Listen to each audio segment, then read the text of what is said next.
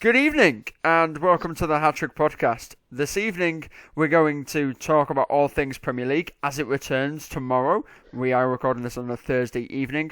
We're going to recap the transfer window because that closed this evening, and then we're also going to run through the EFL and what happened that last weekend as me and Adam slowly previewed it, and hopefully we'll disagree on a couple of things this week finally. To do so, I need to have both of the gentlemen, as Tom Rogers has recovered from his knock he picked up on pre-season. So, to my left, I have Mr. Adam Swindles. Hello, good evening. And to his left, we have Mr. Tom Rogers. You alright, mate? Yeah. So, again, for full disclosure and everything, we are not actually in each other's company. We're all doing very famous video chats from different parts of the country. Adam, you're in Stoke, am I correct? Yeah. Tom, you're in Derby. Yeah. And I'm in Scarborough, which is amazingly brilliant and beautiful, and it's dark. So yeah, let's actually get on with it then, gentlemen. Let's get cracking. Let's start with the Premier League, and first of all, let's start with the transfer deadline day. What a transfer deadline day that was, in my opinion. Yeah, it was very interesting, that's for sure. Thought Zaha might get his move, but didn't come to fruition. So he's gonna stick around for at least another 5 months, see if he can get a move. Yeah, it's a lot more exciting than previous summer transfer windows have been. A lot of deals going to the wire, especially David Luiz being announced, possibly 2 hours after the deadline closed. Yeah, I think the David Luiz one is the weirdest one that I've ever heard in a long time, of just randomly happening like that. Obviously, we'll get on to another one that I think Tom's going to find very close to his heart, and is one of the strangest transfers I've ever heard of ever. But yeah, it's an incredibly weird one. There were a lot of them all the way through all of the transfer window, especially in the EFL as well. But what I'll do is I'll pick out the main ones from the Premier League, and we'll go through a couple of the EFL ones as well that are very interesting and kind of cool as well when we get to the EFL portion of that. For example, Charlie Austin, Eddie Nketiah, and Isaac Vassell, because I think the Isaac Vassell one's really cool. So yeah, we'll go through that when we go through the EFL later in today's show. But today, pick out some deadline day signings that you guys think are absolutely amazing and are a little really strange, and some of them maybe that we were foreshadowed to actually happen. For example, the Ismaila Sarr from Rennes to Watford for a record transfer fee that nobody has seen come out of anywhere. It's just come out complete left vision and happened. Yeah, they just got went around about the business quietly and just got it done, and it wasn't exactly for a small amount of money. It was 35 million euros, so I think they've done very well there. Yeah, I'd say my number one transfer was Tierney to Arsenal from Celtic. Yeah. It was obviously rumoured for pretty much the entire window, but they've struggled at fullback all last season, the season before, so they needed a young player who's going to be there for the foreseeable future. Yeah, of course. Well, for me today, Tottenham signing Lascelles, so finally getting that one over the line. I think he's going to be a class player for them, box to box midfielder, or can play the 10. And I think they needed that really to go along with the signing of Ndombele and keeping Eriksen. That midfield three could be absolutely frightening next season for them. Absolutely, as well as Ryan Sessegnon as well. Oh yeah, as well. 25 million youngster. Spurs are just getting younger, especially with the early signing of the Leeds player Jack Harrison, I believe it was. Yeah. And then obviously loaning him back Clark. to Jack Clark. Yeah. Where they signed him and then loaned him back to Leeds. So Spurs are getting younger. Spurs are getting better. And Spurs are coming for Liverpool and Manchester City, but we'll get to that. they're getting value for the money with transfers as well. Like 25 million for Sessegnon is very good. It can go. You see, go up to 30 if he gets in the team of the year and if he gets nominated for the PFA. Yeah, but like obviously you look at, like, I know it's not on that sort of level. He's not on that level, but Maguire going for 80 million. You're getting a different young English player for 25 million. Yeah. Daniel Levy for you. Yeah, he knows what he's doing in the market. That's for sure. Absolutely. Iwobi's just completed his transfer to Everton as well. Yeah. 4 hours after the deadline. Yeah, well, they put in a sheet, didn't they? Yeah. So, like, it's just getting everything done. Yeah, for those that don't know, the Premier League works weird, and I don't know if this is all leagues, but if you put in a specific sheet at a certain time of day to the Premier League to say that we would like more time for this deal and this deal and this deal, they will grant it you, regarding obviously you follow their parameters. So yeah, I think that's very good, and I always do like it that it's an option for them. So yeah, it's always been great. The David Luiz from Chelsea to Arsenal for 8 million is another steal for Arsenal. I really don't know how that's happened or how they've even managed to get that done. Yeah, they needed it defensively. That's been the trouble with Arsenal. Plenty of stuff going on, up front, but at the back they've just been conceding too many goals. So yes, David Luiz isn't a standout centre half in the football world, but I think it just shows up and gives them more depth. Yeah. Yeah, I think for 8 million you can't really go wrong. I know he's a bit of a loose cannon. He goes off on one a bit sometimes, but for £8 million you can't really complain. You're not going to get much better for 8 million. And he can belt them. He can absolutely belt them as well. So yeah, considering he signed a contract in the summer, they've done well for £8 million. Yeah. Brighton made 3 deadline day signings today. They signed Leila Garrick from Gungam.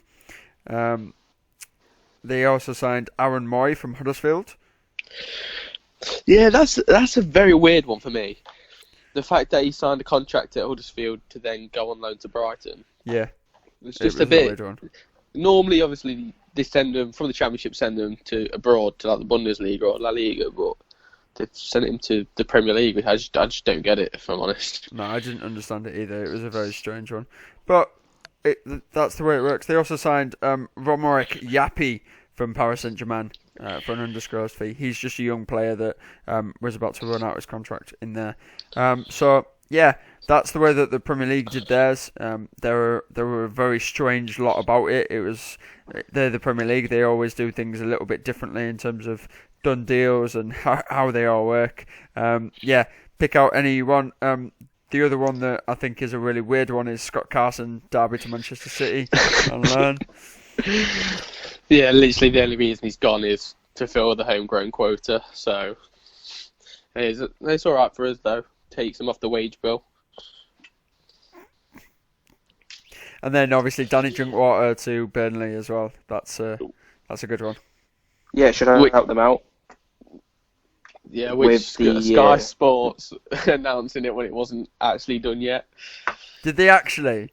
Yeah, because a Burnley parody account put it up, and Sky Sports put it out there, and then they said live on it, "Oh, he's not actually signed." That's amazing. I know, and then they had to obviously remove all of it, and then he signed about an hour later. That's actually amazing. Oh, I love that they went early on that and screwed up on the biggest day of the season. Because it is, for Sky Sports, deadline day is their biggest day of the season, isn't it? Well, that's when most people will obviously watch like Sky Sports News and stuff like that. Yeah. Like, both deadline days. That's the biggest. Oh, that's hilarious. That's incredible. I love that. Thank you for telling me that. That's made my day. So we'll move on to the fixtures that the Premier League are going to do. We'll do a full roundup of all the transfers at the end of when we've run up there, because we'll go through who won the transfer market and who lost the transfer market through Premier League, and then we'll hit a couple of the EFL teams down as well. Me and Adam loosely covered what the EFL had signed and done there, but Tom's here, so the Championship will get better coverage this week. I promise. Not that me and Adam did a bad job. We just I didn't. think we did. I think we did well. To be fair. No, for saying if you don't cover like the championship a lot, there you did quite well. So Thanks, Tom. Thanks, Tom. For someone who only covers the championship, you do the Premier League a little bit better as well.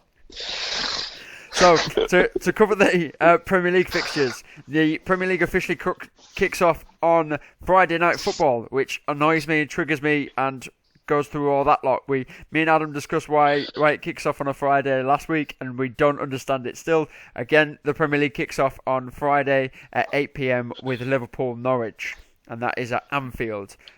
Liverpool will batter Norwich as they have done throughout their history, especially when Luis Suarez played for Liverpool. yeah, I can see that being probably a 4-0, if not more. Like I think Liverpool are going to want to put a statement out there straight to Man City, who've got a hard game at West Ham. To be fair, Yeah, I don't think there's a tougher fixture for Norwich that they could have opened up with, especially being everyone's going to be watching as well with it being the Friday night fixture. So really tough for them. Yeah, 100%. I couldn't agree more, gentlemen. I really couldn't. So we'll go through the Saturday games, which is West Ham United at Manchester City. That's the early kickoff. That's so tight to call. Just with the first game of the season, you just don't know what's going to happen. But I reckon City will probably scrape it 2-1 maybe. Yeah, tight game. I don't see Man City battering like Liverpool should batter Norwich. So yeah, maybe 1 or 2 goal, win. Yep. We have Bournemouth Sheffield United. That is at the Vitality where Bournemouth play. Again, another close one, but I reckon Bournemouth come out with this one. Couple of goals, 2-0, I will say. Yeah, I've got this as a draw. I feel A draw. Interesting. I know Bournemouth are supposed to be good at home, and I'm sure they will be during the season, like they always are and need to be because of their poor away form. But I just see Sheffield United, up for it first game. They'll just keep it tight at the back and maybe a 1-1. Yeah, this is this next one in my opinion has a draw written all over it. It is Burnley Southampton, and that is at Turf Moor. Yeah, all I'm going to say is 0-0. 0-0. I do see some goals in this game. I really like the look of Che Adams in pre-season. He just looks, full of energy, and he looked like he's going to score, the majority of goals for Southampton this season. I think Southampton scoring is going to depend on if Tarkowski is up for it or not, because obviously he got priced out of his move to Leicester. So yes, he did. Is he going to be up for it? Is he going to? Well, you could hope so, aren't you? Absolutely. Hopefully, Dyche can get them back to being so hard to beat at home, because they were actually as like hoofball football it was still quite good to watch. Yeah, they're going to be even better to watch, especially with one of their own, Jay Rodriguez, coming back as well. That's a nice signing as well for $5 million. Yeah, Danny Drinkwater obviously coming in as well today. So whether he'll be ready and fit is a different question, but we'll wait and see with Burnley. I think they're a really interesting side this season. We'll go to Crystal Palace at Everton, and the Wilfried Zaha, what could have been game. Yeah, it would have been very interesting if Zaha would have actually moved to Everton, but I don't know how I feel about this one. Palace have obviously strengthened with Gary Cahill at the back, but the loss of Wan-Bissaka is going to be huge, because obviously he was arguably the best defensive fullback in Europe last season. Yes. Yeah, this one's as you say, Crystal Palace have something at the back, but you look at Everton, they should be, while in control to, maybe win this game away from home. With the signing of Iwobi as well, having to go for him instead of Zaha. So yeah, I can still see it being a draw, but only way, I reckon it'll be 2-2, but that's only if Zaha's up for it. I agree, yeah, completely. Watford have beaten them. They're battering them, in my opinion. I don't think Brighton are a good team. I think it'll be close. Brighton have got Neil Maupay up front now from Brentford, and he's a clinical goal scorer, and he's quite quick off the mark. So he's a lot different to Glenn Murray. But yeah, again, like you say, not proven in the Prem. But he's not going up against like world class defenders first game. So you don't know. I reckon he could grab a goal, but I still think Watford will probably win this 2-1. Absolutely, I would not be surprised whatsoever. I really wouldn't. And the late kick-off in the evening is Tottenham Hotspur at Aston Villa. Oh, I see Spurs beating Villa 2-0. I really do think Villa are going to struggle this season just because of the amount of signings they've made. Not the money they've spent, but just the amount of players that have come in. Because they pretty much can put another whole team out if they wanted to with the signings they've brought in. And Spurs have just only strengthened. Yeah, so the signings they brought in, like you said, Salso, they're just strengthening the midfield where they needed to, really. Didn't find the striker that a few of the fans have been after to either partner Harry Kane or be back up for Kane. But like you say, Spurs should be winning this game. Yeah, absolutely. We'll move on Sunday. Sunday is Leicester Wolves, as we discussed previous pod. This will be a very interesting game. They're two teams that will be looking to push into the top six. It's a feisty opening day. Yeah, I reckon 1-1 for this one. It really depends on who Leicester start at the back, as we spoke beforehand about who they're going to play at centre half. Is it going to be Johnny Evans and Son Heung-koo, or is it going to be Benkovic? So, but their front five, like you said before and again, is pretty frightening. So, yeah, this game produced one of the games of the season last year. I think it was it 4-3 to Wolves? Yes. So yes, it was. It should, so this should be hopefully another exciting game. Absolutely. It's just defensively if Leicester can hold out Wolves' attacking threat.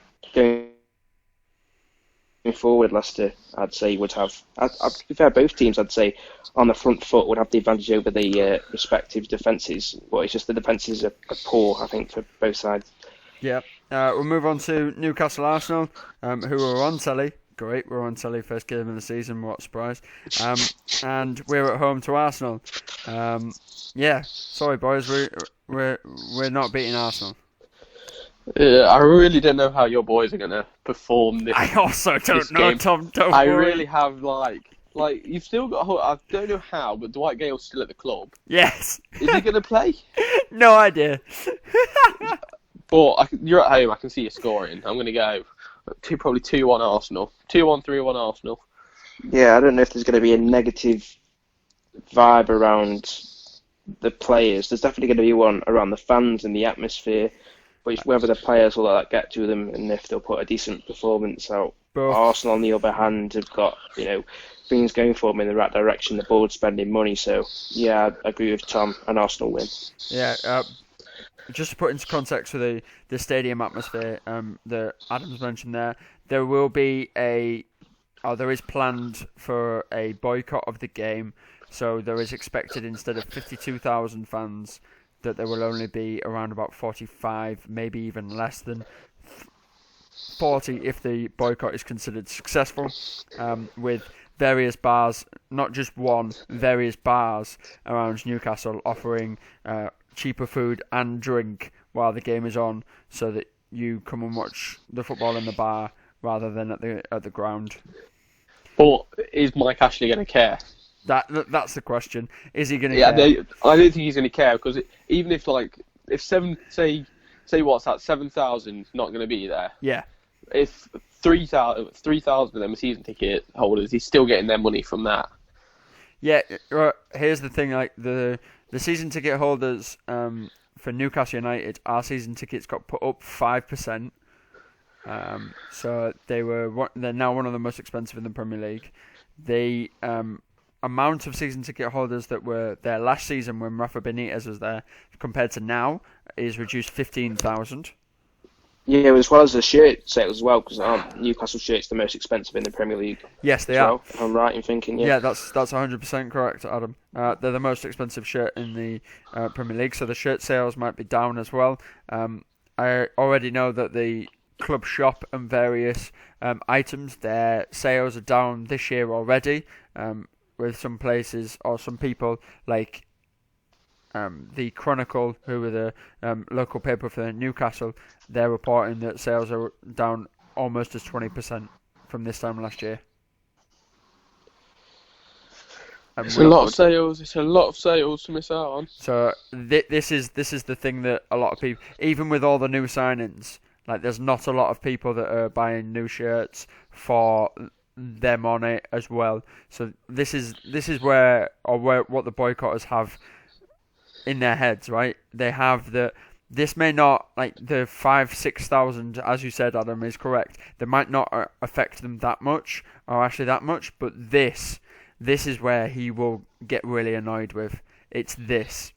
It's the fact that they will not buy his shirt stuff. They won't buy merchandise. They won't buy stuff. So he's missing out on millions of pounds from this and not the ticket sales. Because ticket sales you can always fudge around and sell anyway. But that's enough about Newcastle. We can talk about an hour. Sorry, it's really bad.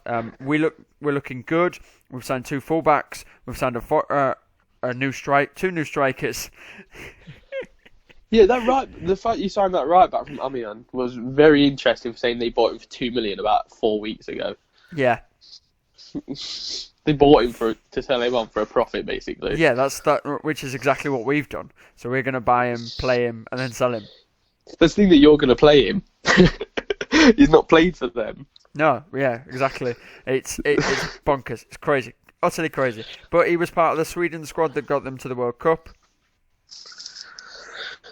Yeah, he could be half decent signing fee, but you don't know. Coming into the Premier League is completely different. Yeah, exactly. That's what DeAndre Yedlin found immediately, was that he's a defensive liability in the Premier League. So if Kraft is not anywhere near as defensive, then we'll be okay. So yeah, we can talk about it all the time. We'll get into who won and who lost the transfer market, because in my opinion Newcastle are a winner, but we didn't win. So yeah, we'll go through it. And then the main game of the weekend, Super Sunday, Manchester United host Chelsea. Can't wait for this game. Give me that one in the bucket. Actually going to this game. Are you actually? I am, yeah. Man United emailed me and said they've listened to the Hattrick podcast and would like one of us to go down and review the game. You. So I'm in executive seats. I mean, he kept that one quiet between all of us. Definitely did. Sure. I'm not letting Adam control the email blast for the week now. That's definitely not happening. Yeah. So if anyone could sense my sarcasm, no, actually, a mate of mine has tickets for the game, which they've kindly invited me to. So this game, I think all eyes will be on Harry Maguire and see how he does, because he's pretty nailed on to start. It's not just him, it's Aaron Wan-Bissaka, it's Daniel James, it's all Frank of the young, Lampard. it's Frank Lampard, it's all of the young Chelsea players. This game has got, it's Ole Gunnar Solskjaer, it's Marcus Rashford, it's De Gea. Rashford hat-trick inbound. It's hat-trick ridiculous. It's absolutely ridiculous. The amount of storylines you can project from this. Who's going to start instead of David Luiz this season? Is it going to be Tomori? No, it's not. Is it going to be Christensen? Maybe Christensen gets thrown a lifeline, because I actually thought it was good. Yeah, I think Christensen and Rudiger, I think. Yeah, if he's fit, because there's been some concerns over Rudiger. Yeah, whether he's going to even be Zuma off the game. Zuma's still around. Zuma, yeah. Yeah, I think that's kind of the reason that Luiz went. You know, Lampard made it clear that he'd be fourth choice centre back behind Rudiger, Christensen, and Tomori as well, and Zuma. So, yeah, he said he might not be fourth choice. He said to him, yeah, there's no point. He basically said, "There's no point you being here." That's a sucker punch. That's why 8 million was probably around the right price, because they couldn't really charge Arsenal more than that when he wasn't going to get any game time at Chelsea. That's a sucker punch, that, isn't it? That really is. That's a massive sucker punch. Oh God, poor David Luiz. That move for Luiz is good though, because obviously he was with Emery at PSG. They were there together, so. Yeah, yes, I correct. completely agree. Yeah, I think it would be a good move for both of them. I can see Chelsea winning this game. Not for me. No, I see Man United winning this. I'm going to go close 2-1, but I just can't see Chelsea winning this game at all. Okay. Well, yeah. Adam, enjoyed the game. Where are you sat? You sat in Manchester United end, or you sat Chelsea end? Oh, Man United end, yeah. Man United end, yeah. Are you sat in the Sir Alex Ferguson stand? I'm not even sure. I'm at one of the sides. I'm not going to go on one of the sides. Sorry, I don't really know I've been there once before. I've never been. Never I been. have. I watched his win there. Ah. Who scored the free kick that won it again, Tom? Well, we won on penalties, but Harry Wilson obviously scored that 30-yard free kick. Yeah, it did. It was Harry Wilson. It is the Sir Alex Ferguson stand I'm sitting in. You are sat in the Sir Alex Ferguson stand. Yeah. That's of course it. Right. Yeah, absolutely. That definitely will be. It will be an absolute great game, by the way. I think so. I really do. I think it'll be incredible. Right, what we're going to do is, as we've covered all the Premier League fixtures, as we did on the EFL run, we will go through the Premier League table that me, Tom, and Adam have predicted. We will go through, after that, we'll go through the Golden Boot. We will also go through the Young Player. We'll go for the PFA Player, and we'll go for the Golden Glove. And each of us will give a suggestion through who will win this and who will not win this. But first, we'll go through our Premier League predictions. So, what I will do is I'll do the top 4. Tom, will you round off the rest of the top 10? And then we'll go through like the rest of it there. And Adam, using your silky southern voice, you will give us who's getting relegated, if that's okay. Sure, yeah. My southern voice. Compared to me, mate, both of you are southerners. Right, so the official 2019/2020 season will end with Manchester City winning the league, with Liverpool finishing second, with Tottenham finishing third, and with Manchester United finishing fourth. I think it's pretty boring top 4 because I'm guessing that's what a lot of people have. No, it's not. No, it's not what Alex has got. It's definitely not what I've got. Okay. Most sane people. Oh, he goes there.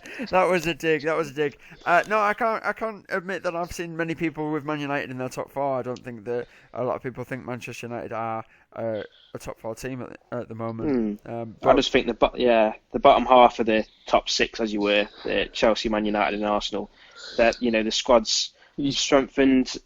Slowly, but not in terms of, I think they're all so the similar, though. 3. They're all just so similar, like, quality-wise. You just don't know.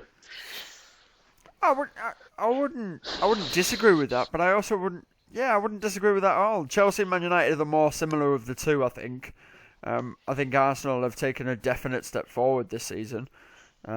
Manchester United improved defensively where they were lacking, but they're a lot like Chelsea are, I think, where they don't have an out-and-out striker that is there and is going to score 15, 20 goals a season. Whereas Arsenal are being greedy and they've got 2. Yes, right, with the potential of 3. Yeah. And if he pulls his finger out and actually tries, you've got a Mesut Ozil that can definitely dictate play and make sure that you win everything. They've got a Ratter in Torreira. They've got a young starlet that can play good football and is a good box-to-box midfielder when he wants to be in Guendouzi. So they have the ingredients to Arsenal, I think. It's just offensively they're quite poor. Yeah, they are. Well, it depends how they start. It's probably going to be Socrates and David Luiz at the back, isn't it? And then Tierney on the left, Bellerin right back. Yeah. You'd think it's better than what it was. And I mean that obviously because Mustafi will probably be nowhere near the start of 11 now. Yeah, correct. Yeah, it's Bellerin will come, back in at some point during the season. I think probably Maitland-Niles will be starting right back. I don't think Bellerin's quite ready for the start of the season. He's not fit enough. No, he's not fit enough. Because he nearly hurt himself pretty badly. Anyway, yeah. Anyway, carrying on before this set goes on for about 3 hours. Yeah. Tom, will you We've got Arsenal in 5th, Chelsea in 6th, Everton in 7th, Wolves in 8th, Leicester in 9th, and West Ham in 10th. And for me, I don't agree with that. I know it's our joint table, but Wolves will finish in that top 6 for me. I disagree with you wholeheartedly just because I put Leicester in that top 6. But I put Leicester in that top 6. But even if we go for it, that looks like an accurate table. I wouldn't be surprised if it finished like that. It wouldn't be surprised if it finished like that. But thinking now, I wouldn't personally have Wolves outside the top 6. I disagree with you, but simply because of their European efforts. You think they'll do a Burnley? I don't think they'll do a Burnley as much. I just think that Europe is a very taxing one, and you saw the games after this season where Chelsea and Arsenal both played. They struggled in games. Yeah, and that was with they had world class players. Wolves have a world class manager and very good players, and very good potential players. I think their squad's too small for it. Like you saw when Chelsea and Arsenal both did it, they were changing their entire 11. And Wolves this evening, when they're playing qualifiers, don't. They're starting with 9 of their normal 11 players. So you're asking high quality players like Jota, Jimenez, Doherty, Dendoncker, Neves. You're asking those players to play over 50 games this season? I don't know. Is that wise? I think they probably end up playing that. It's just their quality levels will drop during games, and they'll probably lose games that they were expected to win. Yeah. Maybe they might pick up 6 points against the bottom team this season. Yeah, I mean, in terms of the top 10, I think my top 10 is the same. It's just completely in a different order. So I'd agree. I've got the big 6 covering the top 6 spots, and then the other 4 spaces are mixed around. But I'd say that's pretty well predicted on our behalves. Yeah, I'm with again. Yeah, I'm the same as Adam. We've got all of the others that are there. I included Watford, but yeah, I included Watford. They only just missed out. So if we go through the rest of the table before the relegation spots, Watford in 11th, 12th Bournemouth, 13th Southampton, 14th Norwich, 15th Crystal Palace, 16th Newcastle, and 17th Aston Villa. So yeah, we've got very rarely that 2 promoted sides survive. We've got the oldest manager in the Premier League managing to keep his team in the Premier League. And we also have Bournemouth and Southampton surviving another year, with Bournemouth not really pushing on into top 10. And are their board ever going to get bored of just being 12th? It's not like they really have a choice. They still haven't made any developments on the stadium, which I think needs to be done for the massive amount of income that they're losing out on due to the restrictions that they have of a 12,000-seater stadium. Yeah. So without that, I can't really see them pushing up into the top half. Southampton, a 13th place finish for them. That's much improved in terms of only just surviving last season. So I think that's what they need, a stable season without any dangers of the relegation zone. Tom? The bottom half, I think, that was predicted is very accurate, because anyone can finish anywhere in there. There'll probably be 4 or 5 points in it between 11th to 16th. So as there always is. I think it's quite accurate. I'm surprised Burnley are down there below Villa. in the bottom three, but obviously we'll get onto that. Just spoil it for us, Tom. Go on, just spoil it now. And you've done it now. Just spoil it. Finish it off now. Go on. I don't need to finish off. It's still a surprise. There's still 2 teams in there. Is it?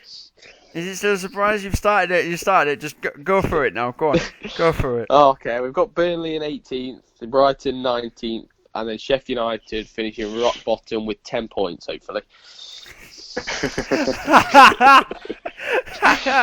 For context of that, for new listeners, viewers, whatever you want to call them, whatever you want to call you guys, Tom is a Derby County fan. Derby County hold the record for the worst ever Premier League season by only securing 12 points. So Tom wants that monkey off his back so much, it's ridiculous. He was very, very upset when Huddersfield beat Wolves to secure... Wolves out of everyone. They did the double on Wolves as well. They did. Oh my God. To secure the fact that they would have a non-record-breakingly terrible season. I think they scored last minute as well, I think. Yes, they did. Right at the death. And that was it an Aaron Moy race? It was watch not out an him. Oh, it was an Aaron Moy race. I don't think it was. it might have been. That was the first one, but the second one was a 1-0. Okay, because I'm just saying that watch out for Brighton. That's a few Acker's Wasn't it it was a Bakuna goal, wasn't it? Possibly. I just remember him scoring twice. It was Steve Mooney in the 90+1. Oh, it was Mooney. You were right, Adam. You were right. Sorry. No, I was on about Moy, not Mooney. Oh, sorry. Or did you mean Mooney? Mooney got, and that was in February. Yeah, Moody.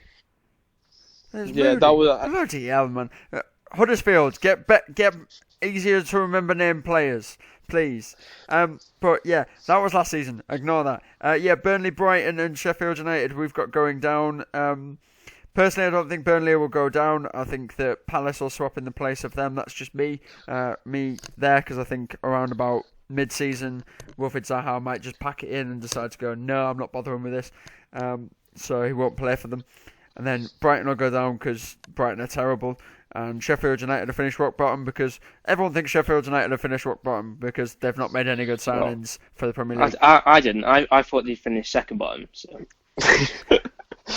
Well, we all think they're going to go down, but I only think that because obviously they've made championship signings as such. But then you can say that, but then Maguire and Robertson were signed from the championship.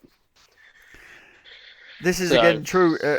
You're true there. Sorry, Adam. Yeah, I forgot you put Norwich rock bottom. I apologise. Yeah, deeply sorry. Yeah. You put Norwich rock bottom, where me and Tom, definitely think Norwich are going to be worth a pinch of salt because I've got them at 13th. And Tom, where did you put them? Oh, I put 15th. You put them 15th. Yeah, he put them 15th.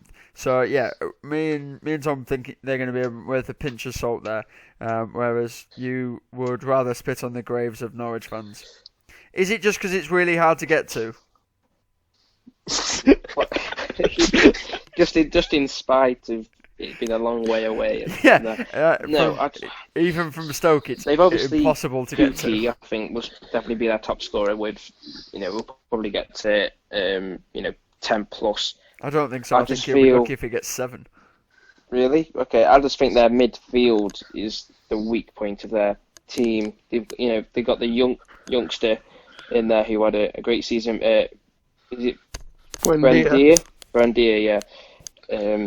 I think he might be the heart of their midfield, but I think the rest of it, I just think, is poor. Poor to survive in the Premier League. Interesting. So yeah, I think that about Palace. I think Palace are terrible. Even with all the signings they've made, I think they're not very good. I think that their defence is implorably bad. I think Gary Cahill you'll find out that he's lost his legs, and that's why he didn't play for Chelsea. I don't trust Julian Speroni or any of their goalkeepers. No, they have Gaeta, don't they? They have Gaeta. I was thinking one point, with the introduction of VAR this season, the amount of penalties they may get now, and obviously Milivojevic's record, he might steer them further away than they perhaps would be without VAR. Yeah, I mean, that's very true. I'll give you that. I can't see Palace getting as many penalties as he did last season. I think they got something like 9 penalties or something ridiculous. That's why Milivojevic obviously got 12 goals. I think he scored something like 9 penalties. Yeah, which Milivojevic is ridiculous. ridiculous. He's a disgusting player. He's disgusting. We all know. Tom's really happy because he's got him in our fantasy draft. Ha ha ha. No, he got rid of him. I got rid of him. He's gone. What? He got rid of him for Pepe. Jesus, I'm picking him up tomorrow. I'm picking him up tonight. Oh, God. You can't do. I know it's locked now. It's locked, until next week. So yes, you have to I'll wait. pick him up next week. What if Palace get a penalty and he scores? I'm fuming. Same with Pogba, because I've got rid of Pogba and he can't be used by anyone. Yeah, I think he Only stopped with taking Pepe. them. I think Pepe's going to do better. Pepe's going to do bits for Arsenal this season. So I disagree with Watford. I think they'll be in the top half, especially with the signing of Sarr. I think he's going to be a baller for them. But the rest of the teams are around about there. Yes, fans of the pod, I'm not going to pick up Newcastle and go, yeah, we're going to do better. I'm very surprised the lads had us finishing outside the relegation zone. I kind of thought that we might get relegated because, and I've said this to a couple of Newcastle United fans that I've bumped into just walking around the north, because there's a lot of us up here, that I don't think we will get relegated, but I think it will be very close, because what we tend to do around about November, December, we have awful Christmas periods. We don't like Christmas. And we lose about 3-4 games in a row. And then the last couple of years, Rafa's had a talk. He's had a mid-season break with the lads. And he's been able to go away and take them and go, yeah, no, you'll be able to do this better. We'll be able to do that better. We'll regroup. None of that sounds like Steve Bruce to me. No, I tell you what, this year you won't want to be losing your games in December around Christmas time. I mean, you've got the likes of Sheffield United, Southampton, Burnley, and Palace 4 in a row. So if you go on, you when you lose like 4 games in a row. Yeah. If it's those 4, you're in trouble. Absolutely. But we never have good Christmases. We've never, ever had good Christmases. We've got a difficult start again this season. After the Arsenal game, we've got Norwich, which is fine. That's a favourable draw for us. But then we've also got Spurs. And then even Watford, then Liverpool. Yeah. So it's not your first decent game. It really is Norwich. 21st of September at home to Brighton. Because I think Norwich away is going to be difficult for you, especially for your lot. So there you go. We'll... So on the subject of Newcastle, we can talk about some awards that no Newcastle players will be getting. So we can talk about top scorer, young player of the year, PFA player of the year, and Golden Glove if we want to go through and predict them. Yes, that was utterly savage from Adam. It was nice. It was a nice swift move. It was a beautiful segue. I'm not going to lie to you. It was brilliant. But stop that right now. Stop that. That hurts. That hurts a lot. Tom, who's the top goal scorer of the league going to be? Sadio Mane. Adam, who's the top goal scorer of the league going to be? Harry Kane. Alex, who's the top goal scorer of the league going to be? Sergio Aguero. Yeah, I won't argue with that. You won't get it, but I won't argue with it. I actually can't argue with either of the picks. The only thing I can think of is that Sadio Mane might lose his legs the last games of the season. As Jurgen Klopp said in his press conference, he's only had 2 weeks off. Yeah, he'll be fine. Okay, that's fine. Hopefully he'll be fine. Adam, give me a young player of the year, please. Gabriel Jesus. Can you give me a reason why, please, Adam? Sure. So, as we were saying, we can't disagree with any of those top goal scorers. I think Jesus will see a lot more first-team football than perhaps last year when Aguero was dominating and really couldn't be taken off. I just feel he's going to be getting more goals as Aguero's getting a lot older, and I think he's not going to be top scorer, but it'll be around there for me, and that's why he'll be getting the acclaim for young player. Okay. I like it. Tom, do you have any disagreements with it? I just think there's better options than Jesus. I just don't think Jesus is going to play that much this season. Only if Aguero runs out of steam. But I just can't see Jesus making like consecutive starts. The only way I can see Jesus making consecutive starts, which is what Adam is going to, is that if Aguero goes on a goal drought of 5 games, where City is still winning but Aguero's not scoring, he starts Jesus and Jesus bangs 2. Boom! He's bought himself a couple of games there. Gets himself the foot in the door. He gets another 2 or 3 in the 5 games he starts. Boom! He's in. He's in there. I just can't see it. I personally can't see it. I can see it. I don't think it will happen because I think Sergio Aguero has found his route in this team now, and he will. The domination we saw from Aguero last season, we'll see it from him this season, I believe. I think it will maybe go up another level, which is why he was my Golden Boot player. Tom, Young Player of the Year? So it's 24 and under from the start of the season, isn't it? Yes. Nicolas Pepe.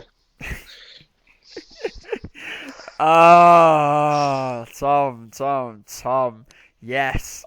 I love it. Okay. Turns out it's 23 or under at the start of the season. Right, okay, so you can't have Nicolas Pepe. That changes everything. Okay. I'll have Marcus Rashford. You'll have Marcus Rashford. Okay. Do you think you'll get more than... I'll give you a quick over-under for both of you gentlemen then. Marcus Rashford, total of goals and assists this season at 18. What do you mean? So will he get more than 18 goals and assists I was this just kind season? of a bit confused. Or will he get less than 18 goals or assists? That's the over-under. He'll get over. He'll get over for me as well, Jesus. Just. Okay. Absolutely. My Young Player of the Year is going to be Moise Kean for Everton. Big shout. I mean, he only wants to get 7. Yes, he does, doesn't he? He might put the brakes on then. He might put the brakes on. I think there might be a contract. There might be a clause in his contract that if he gets 7, he gets a pay boost.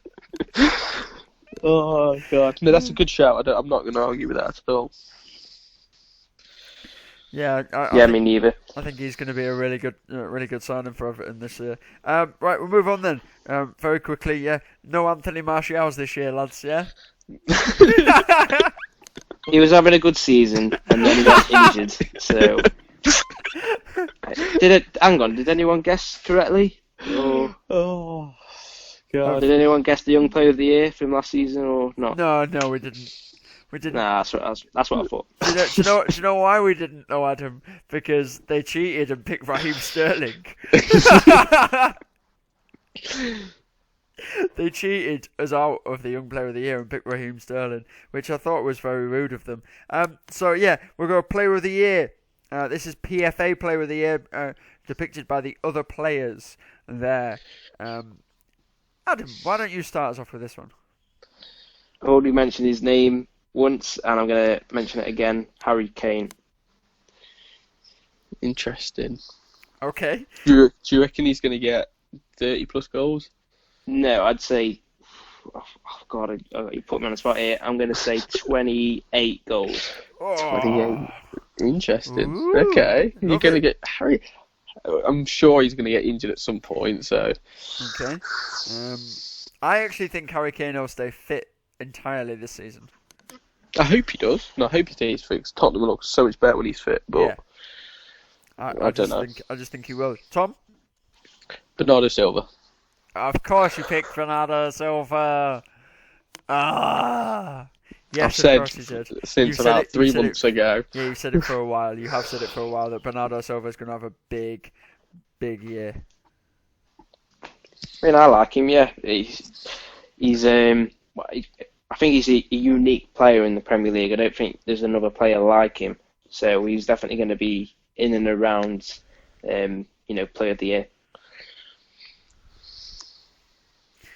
Yeah, I can see it. I really can see it. I don't think it will be Bernardo Silva though, because I'm giving it to Who his have you gone teammate, for? Kevin De Bruyne. See, if De Bruyne stays fit, then maybe. But That's what I'm big thinking. so many question marks around his fitness constantly. At the moment there is, but I think after an off season, I just think he will be a lot better this season. I really do. Yeah, I've just noticed one thing. Have we all picked players that are in our fantasy team? Well, I wouldn't be surprised because whoever you think's going to win Player of the Year, picked, I'd hope you pick first. So far, all three of my picks for top goal scorer, young player, and PFA are actually in my fantasy team. Yeah, they are in my fantasy team. Yeah. So are we just fantasy whores? That's all. That's what you say. Well, I couldn't do it because I didn't have an under 23 player in my team, so I had to look elsewhere. Oh God! Speaking of players who are going to win awards in our fantasy teams, I've gone for Alisson for the Golden Glove. I have also gone for Alisson for the Golden Glove. I've also gone for Alisson. Unanimous! I love it when we're a unanimous podcast. I love it. We're unanimous. I just can't argue against Liverpool's defence to any other team. No. It's just there's no stronger defence. No, not even close. No, if Joe Gomez stays fit this season, I think he'll make another step up, and he could be a shout for Young Player of the Year this year. Oh yeah, I think so for sure. Now that I'm thinking about it now, I think he could be a shout for Young Player of the Year if he steps up to a Van Dijk level that he's expected to. He really could make that shout or that jump at least. I think. So yeah. There we are, gentlemen. I really do. I really hope we get at least one of them right. You'd hope we'd get at least one. I also would hope we would get at least one. So what we'll do for this one is that's the Premier League. The Premier League. That's the Premier League officially there though, but. What we will do very quickly before we come back to more mindless transfers and doing that lot, because when we include the transfers next time, we're going to include the championship as well, so that Tom gets a chance to go who won the transfer market in the championship and dazzle me and Adam with his knowledge. Okay, but very quickly we will round up last week's fixtures and see if me and Adam were correct in the fact of our complete agreement in who would win and who would lose in the Championship, EFL, and Championship and EFL. So on Friday evening we had Luton Town host Middlesbrough, and that was a 3-3 draw. That was an intriguing game, gentlemen. I don't know if any of you watched it. Yeah. It was brilliant. It was filled with worldies. Yeah. It was filled with defensive mistakes. It was a good game. It was very, very good. It was a great game. I thoroughly enjoyed it. And it was a very great opening to that. We also had a Sommerlonger who Tom doesn't like. I don't like. And I don't know, Adam, do you like a Sommerlonger? I've got no objection to him. Okay. I don't like a Sommerlonger because I think he's useless. Tom doesn't like a Sommerlonger because he used to play for Forest. And perhaps I don't hate him. I just think he was never worth the money that anyone's ever paid for him. Like 15 million that Middlesbrough paid for him this summer. So yeah, before we get into that rubbish, we'll go through. Let's just say for the Saturday of all of the leagues, the bookies beat us all. Yeah, massively. Destroyed us. They massively beat everybody and destroyed everybody. We'll go in alphabetical. Well, we won't go in alphabetical. We'll go on what is listed on my phone right here. Barnsley, they won 1-0 against Fulham with a Thomas goal in the first 15 minutes. Former Derby man. Yeah. No one expected this. Fulham were okay, but they just couldn't break them down really, could they? Not at all. So yeah, it wasn't very good. But alas, these things happen. The bloody it happens. We'll go through it again. Blackburn, they got beat 2-1 by Charlton Athletic, newly promoted Charlton, proving that they do belong in the league. Blackburn didn't even. Blackburn were just terrible. But that's Blackburn for you. Me and Adam both said at the week they were either going to go one way and vastly improve, or they were going to go the other way and be terrible. Yeah, I thought that. So they went terrible instead, didn't they, Adam? Yeah, pretty poor show. Birmingham beat Brentford 1-0. Millwall beat Preston North End 1-0. Reading got battered 3-1 by Sheffield Wednesday. And Sheffield Wednesday were down to 10 men for that. Then new man Lucas Zhao scored in the last minute for them as well. That's very good. QPR, who were one of my favourites to get relegated from the Championship, proved everybody wrong and won 2-1 against Stoke. Stoke, who are terrible and probably will be terrible for a while. In the battle of irrelevancy, Swansea beat Hull City 2-1, and the biggest giant killing of the weekend, in my opinion, Wigan beat Cardiff City 3-2. Fantastic game as well. Very fantastic game. Wigan were 1-0 down, scored 2 goals in 5 minutes. Cardiff equalised, and then 5 minutes later, Wigan were 3-2 up. How does that? That's the Championship for you. That's Championship for you. In the late kickoff, we had West Brom beat Nottingham Forest as well. Nottingham Forest scored first, and West Brom came from behind. All the goals were in the first half, and Matty Phillips actually did something. Woohoo! Accidentally. A freak goal. Pardon?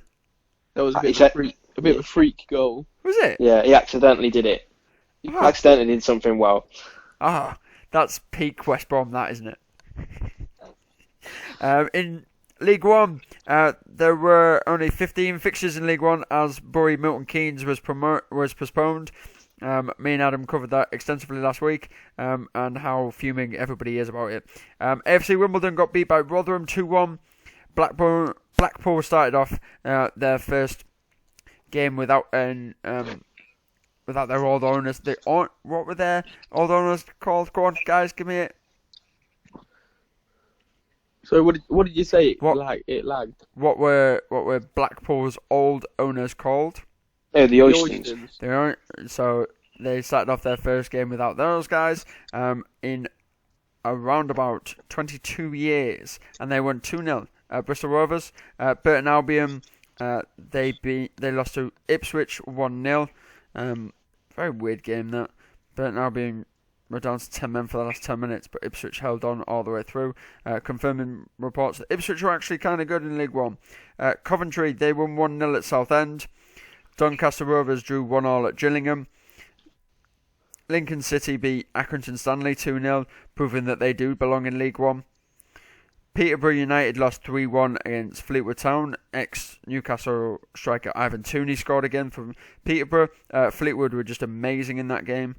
Shrewsbury Town beat Portsmouth 1-0, proving that me and Adam might not think that Portsmouth are very good.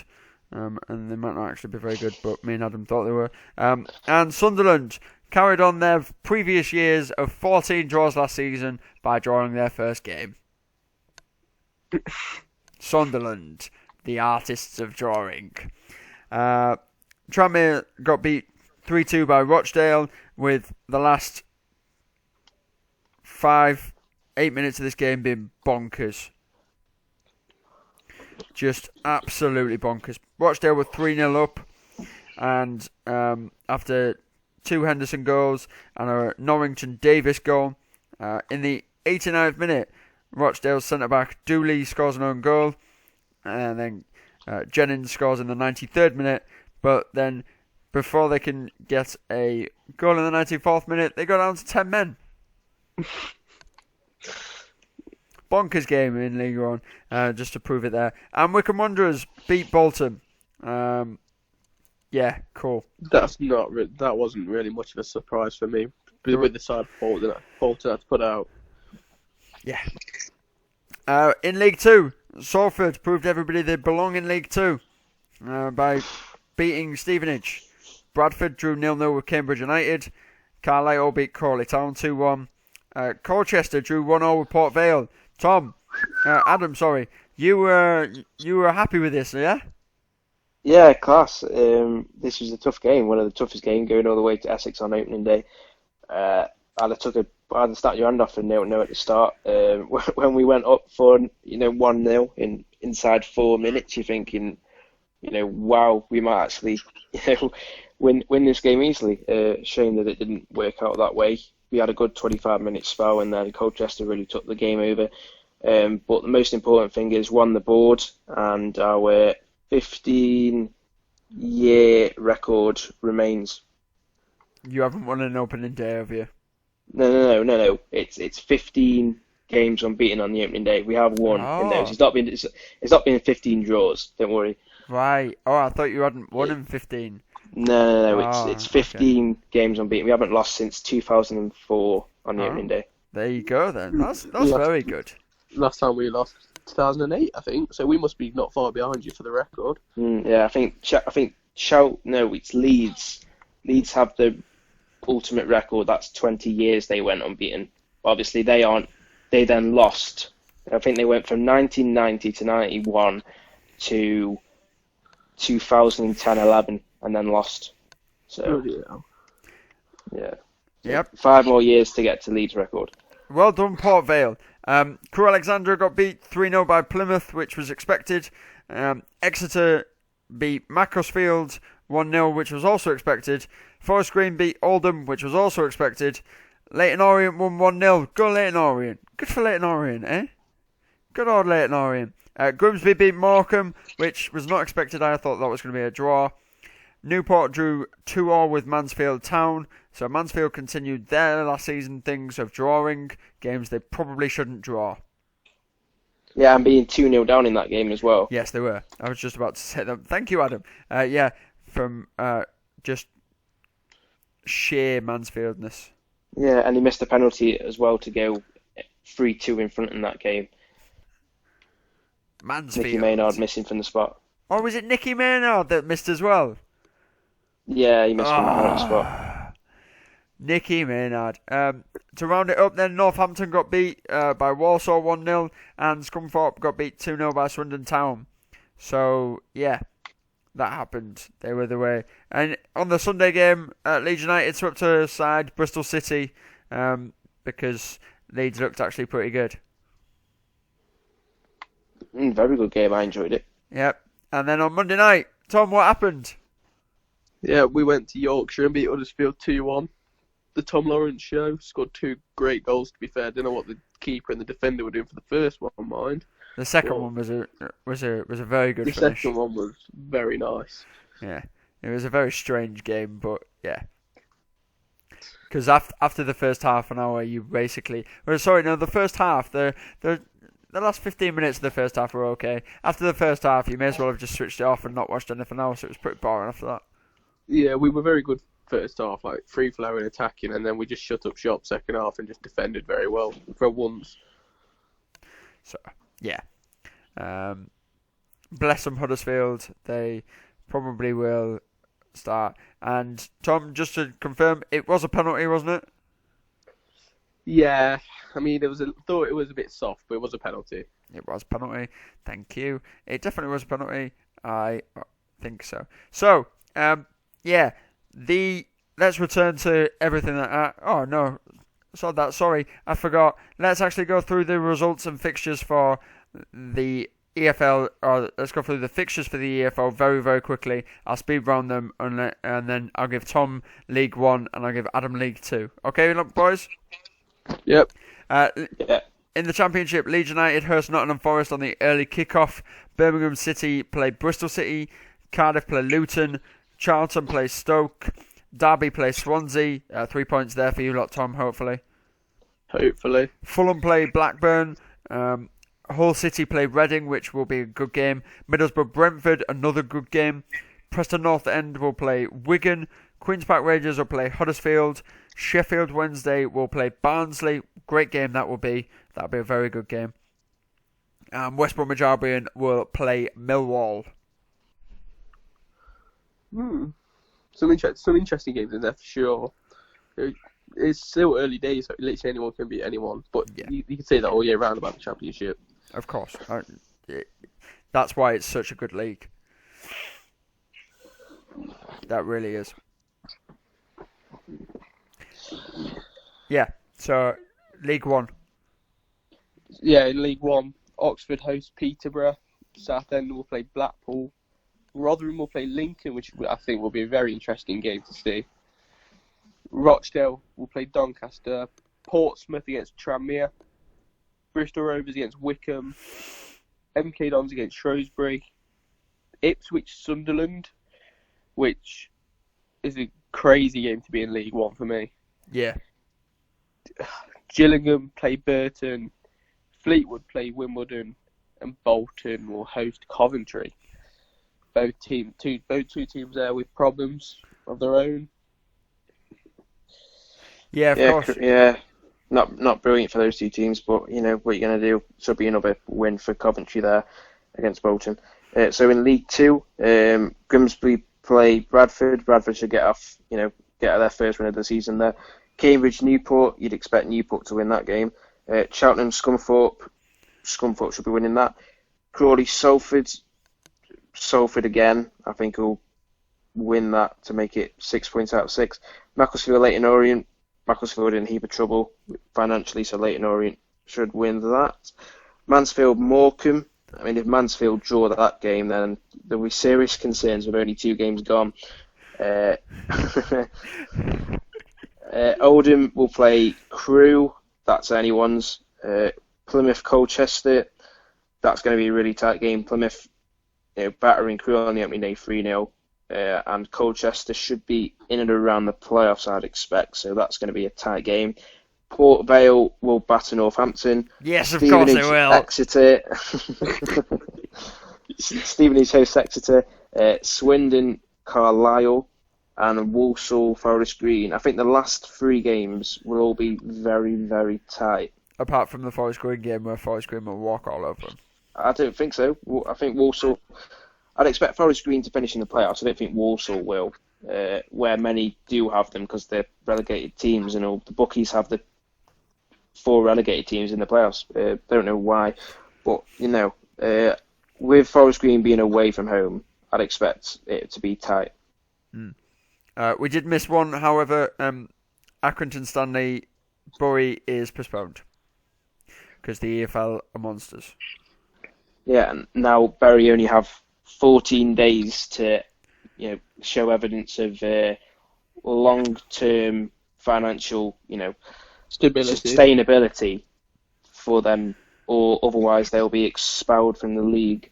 Yep, because you can't forfeit more than 3 games in a row. Yeah, so that they had a suspension over there. What was required, give them more time, and then you've had 3 games gone, and like, right, we'll take this off. You've got 2 weeks. So that'd be interesting to see what happens there. 100%. So we started with it. We'll finish with it before we go into our we go into everything else. We'll finish it there. We'll finish up with it anyway. The transfer window. It is done. It's finished. It's currently 10:20 in the evening, gentlemen. Who won out of the Premier League the transfer window, in your opinion?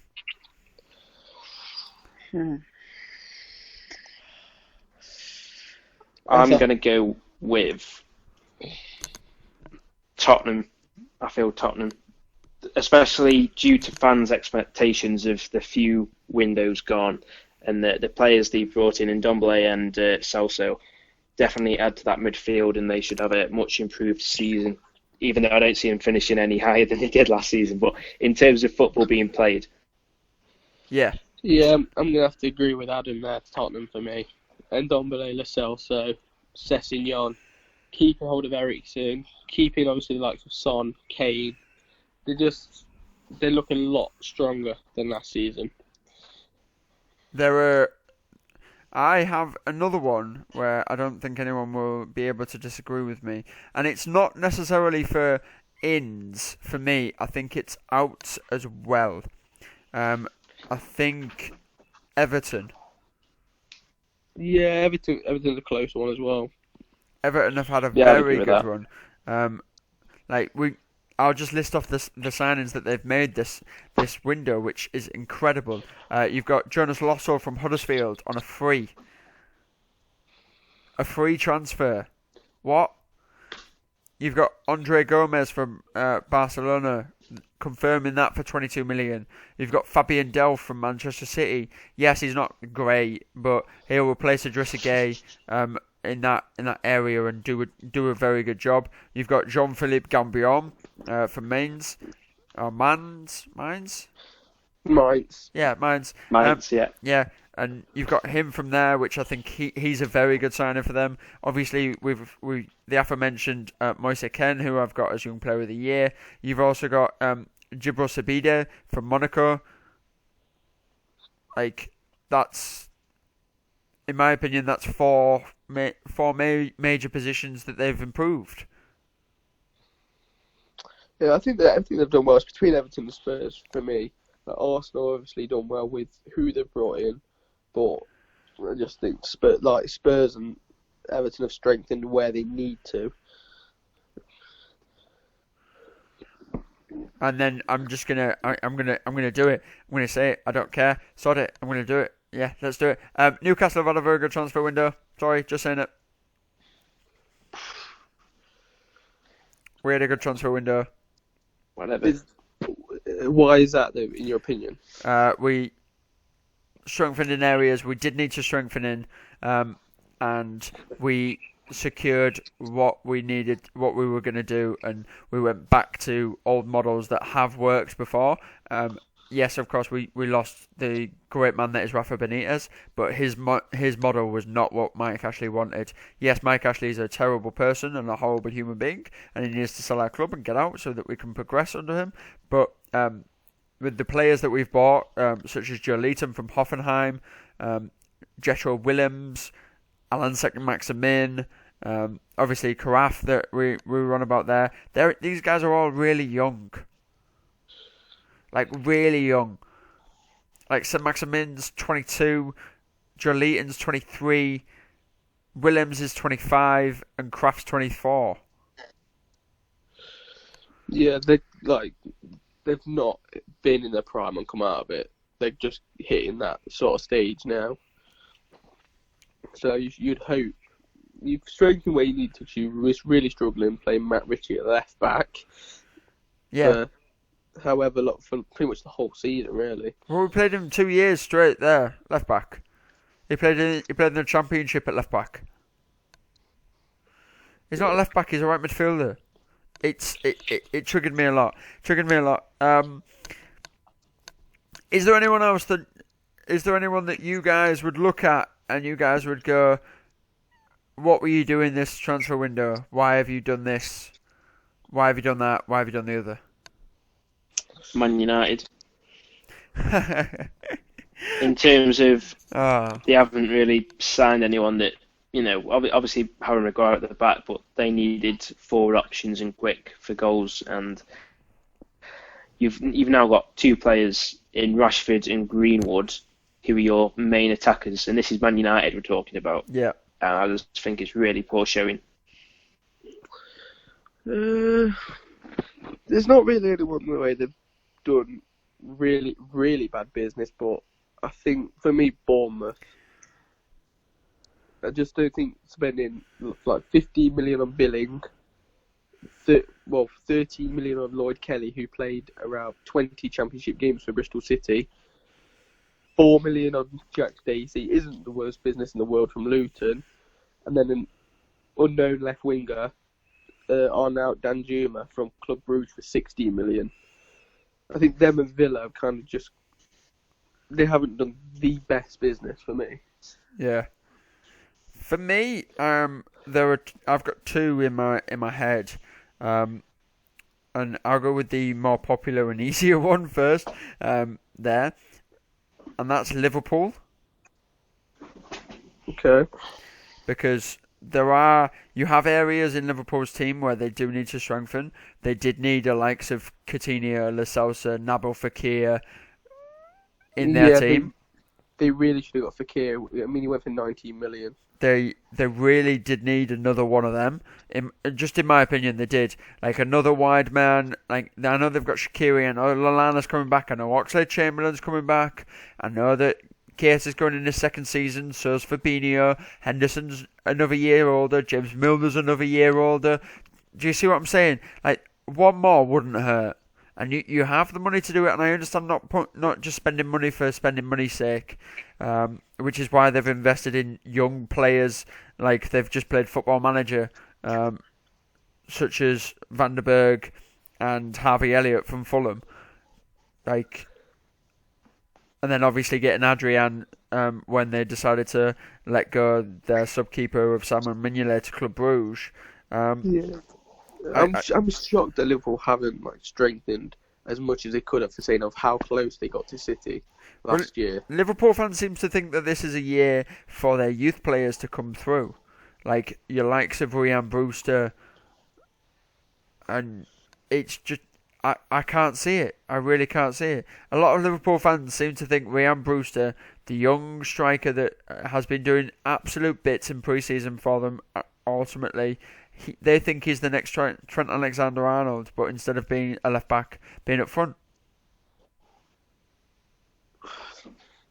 I just don't know. I really think this was the time. If they were going to be serious challengers again, they needed to get probably a central midfielder, a creative central midfielder. Because Manchester City didn't really need to get another defensive midfielder that can pass the ball. But yet they spent so much money on Rodri, who is a baller. That kid can play football. And then prepare his life after Fernandinho. Yeah, and then they've decided, oh wait, no, we kind of want another right back / left back. So we've gone and got arguably the best one in Europe. Yeah, Cancelo. Yeah, he's very good attacking wise. I'm not too sure on him defensively, but he's been with Juventus, and they're one of the best defensive teams around. So yeah, it's that Liverpool's outs have been brilliant. Like the way that they've got rid of unnecessary wages and unnecessary players that they don't use and all of that lot. I get that. That's fine. Like they released 5 players. Great. That's incredible. Get that. They got Danny Ings finally off their books. Amazing. Good for you.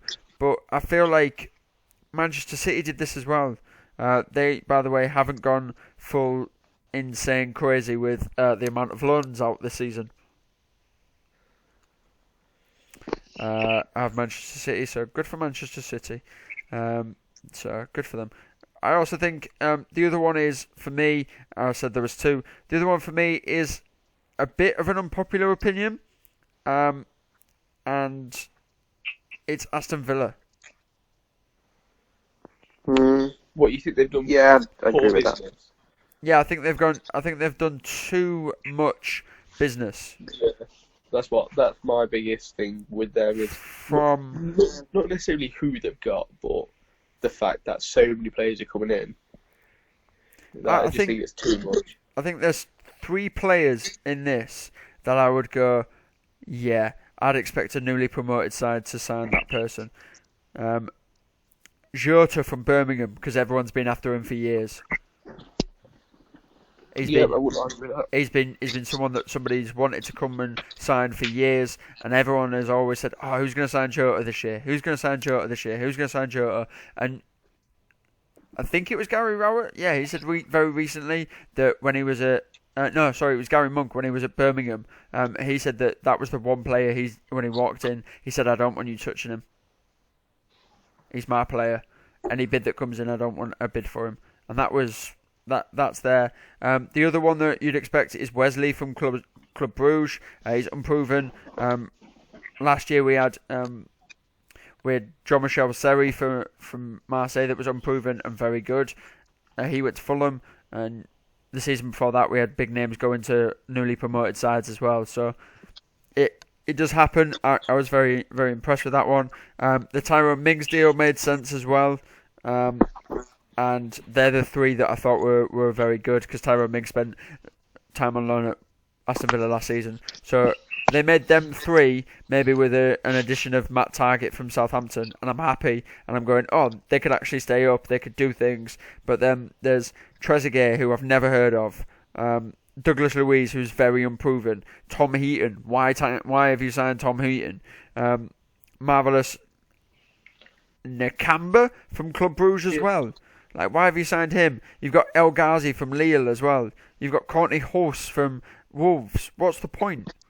You even got Konza from Brentford, who's very unproven. Yeah, they've just done too much for me. And it's not like they haven't sold players either. This is the thing, Tom. They haven't sold players. 1, 2, 3, 4, 5, 6, 7, 8. They've released 8 players. They've gone on loan 1, 2, 3, 4, 5, 6, 7. They've loaned 7 players and released 8. They haven't sold anyone. They've just spent money. Yeah. And this is the team that, within, after they lost in the playoff final last year, they could have been, they're in serious financial, concern, and then all of a sudden they're in the Premier League and they're spending money like no one. It just shows why they're in so much financial, bother when they do go down. When, not if. Yeah, when, not if. Yeah. So yeah, I think in terms of the transfer window, there it's a very different one, and it's a very weird one. So that's where it is. We're going to very quickly touch on the EFL because we haven't really spoke about them. There was a couple of decent moves in the EFL. Cameron Carter-Vickers went to Stoke on loan. That's a very good move for Stoke, in my opinion. Charlie Austin, permanent move to West Brom. Great signing for them. Yeah, that's a good sign. I've had West Brom as my transfer winners for the Championship with the deals that they've done. Yep. I would say, yeah, it's probably West Brom or I'd say, West Brom or maybe, no, yeah, it's West Brom. Stoke did some good stuff as well by getting rid of stuff from people from their pay stuff and all that lot. And Sheffield Wednesday had a good deadline day in terms of getting Lugano from QPR and also Jacob Murphy from Newcastle. Yeah, I think the team that had the worst window was definitely Swansea. Lost Daniel James, lost Leroy Fair and Ollie McBurney, and just didn't replace them at all. Like, they've not brought anybody in. They don't have any money. That's what. Well, there's another team with poor owners that just either don't want to invest or I don't even know, but they've just got 35 million from James, Ayew and McBurney and spent an undisclosed fee for Christopher Peterson, but that's it. And I can't imagine that would have been a lot of money. Yeah. So just where's all the money going? Yeah, exactly. They've still got parachute payments. Yeah, it's one of them that we don't really understand. Benik Afobe, confirming he loves transfer windows by leaving Stoke to go to Bristol City on loan. No shock with that. Stoke had just signed too many strikers, need more creative players. So no surprise that you had to get rid of one of them, albeit on loan. Absolutely. Trevor Chalobah went to Huddersfield as well on loan. That's a decent-ish signing. I think it's okay, but he didn't do much at Ipswich. I know they were rock bottom last year, but he didn't shine in a poor side. So. And a few more before we end and decide to be weird. Here's the weirder ones. Naki Wells went back to where it all began at QPR. Yeah, he left Huddersfield to go to QPR on loan, which is a weird one. Ben Hamer, he went from Huddersfield to Derby County on loan, Tom. Yeah, nothing more than a backup, it seems. Like it's one of them. Carson went, he thought he needed someone to come in, and that's who he thought was fit. So. And just in case we were very, very unsure that Fulham were definitely getting promoted, Bobby Reid went from Cardiff to Fulham on loan. Good move for Fulham. That is. I think Bobby he scored. Well, he was second top goal scorer last time round. So I wouldn't be surprised to see him score a lot more goals again. Absolutely. Any final thoughts, Adam?